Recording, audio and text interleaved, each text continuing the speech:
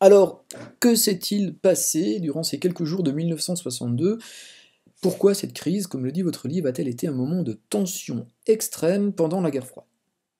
Alors, première chose à remarquer, Cuba, c'est une très grande île de l'espace Caraïbe, au large de l'Amérique centrale et à proximité des États-Unis. Si vous avez lu le commentaire et les documents qui sont ici, vous avez dû donc comprendre qu'on n'est pas passé loin du déclenchement d'un conflit direct, cette fois-ci, entre les États-Unis et l'URSS à cause de ce qui s'est passé dans cette île. Alors plus d'explications maintenant pour comprendre ceci. Voici les photographies que le président des États-Unis reçoit de ses services de renseignement. Elles ont été prises par des avions espions. Il a été averti le 16 octobre 1962 que sur l'île de Cuba, on est en train de construire des rampes de lancement que vous voyez ici. Ce sont des rampes de lancement de missiles intercontinentaux. Et la carte du livre vous montre jusqu'où ces missiles pourraient aller. Ils ont une portée de 1800 km qu'ils peuvent atteindre en 12 minutes, et donc ils pourraient porter une charge nucléaire sur de très grandes villes du territoire américain, sans aucune difficulté. Il y a une menace directe sur le territoire des États-Unis, situation évidemment qui est complètement inacceptable pour cette grande superpuissance de la guerre froide. Alors pourquoi est-ce que Cuba a recouru à ces rampes de lancement? Pourquoi veut-elle avoir des missiles? En 1959, une révolution menée par Fidel Castro, ici, qui était le dirigeant d'une guérilla, prend le pouvoir à Cuba en renversant le dictateur qui jusque-là était soutenu par les États-Unis. Donc c'est un régime plutôt socialiste, opposé idéologiquement aux États-Unis. Les États-Unis vont mener une politique visant à contraindre Cuba à gêner cette île qui leur est hostile. Notamment en 1961, ils soutiennent des opposants à Fidel Castro qui tentent un débarquement à Cuba, qui est une catastrophe, c'est un échec total. Mais cela convainc Fidel Castro qu'il doit vraiment se défendre plus sérieusement contre les États-Unis.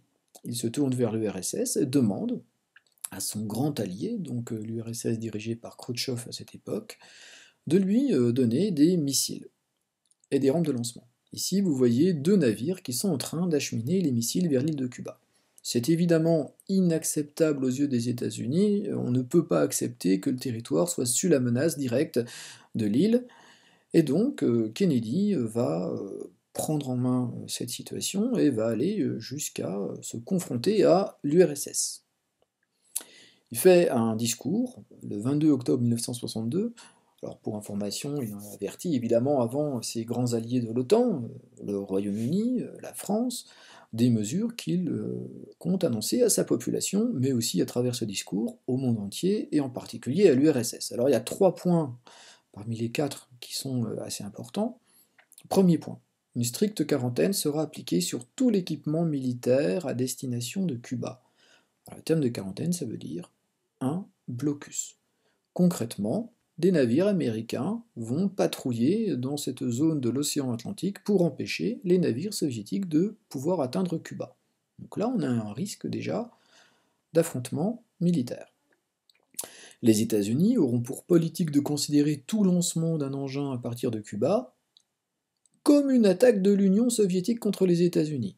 Donc si Cuba fait une quelconque opération hostile contre le territoire américain ou contre un autre pays du monde, les États-Unis considèrent que l'URSS est responsable, cette attaque exigeant une riposte sur une grande échelle contre l'Union soviétique. Donc ici, dans cette partie de son discours, Kennedy menace directement l'URSS d'une attaque nucléaire.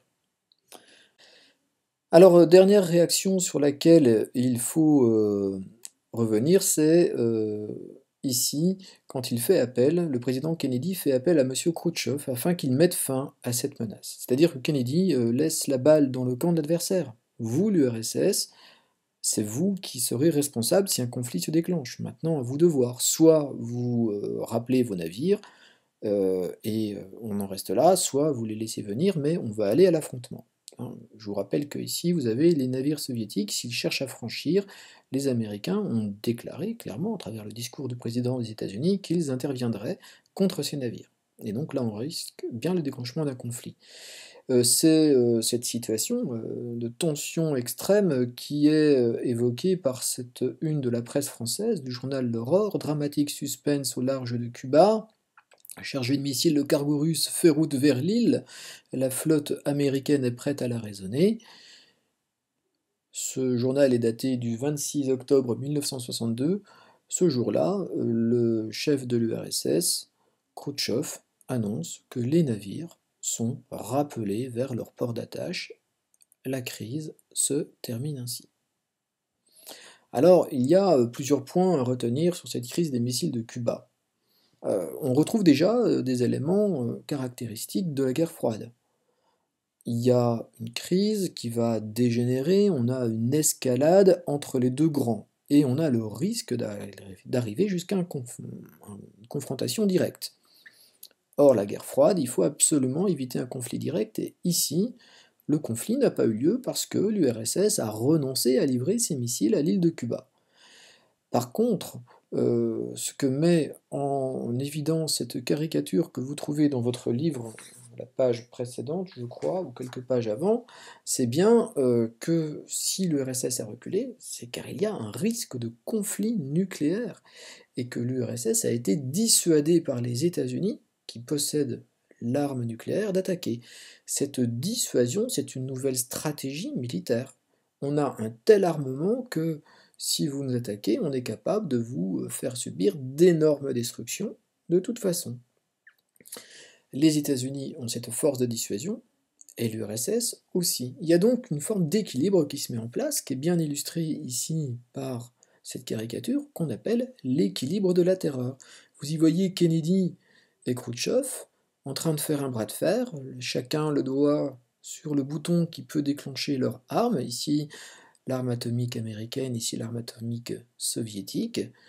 Et évidemment, dans ce conflit, il ne faut surtout pas que l'un des deux appuie sur le bouton. Alors ce que je vais vous demander de faire maintenant, eh bien, c'est de faire le point sur les informations essentielles que nous avons vues dans cette crise de Cuba. Les voici qui vont s'afficher. Donc, qui sont les acteurs de cette crise?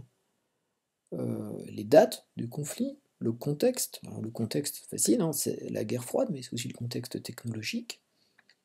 Les lieux où est-ce que cette crise a eu lieu, les faits, les actions, et en utilisant les mots de dissuasion et d'équilibre de la terreur, d'expliquer l'importance de cette crise.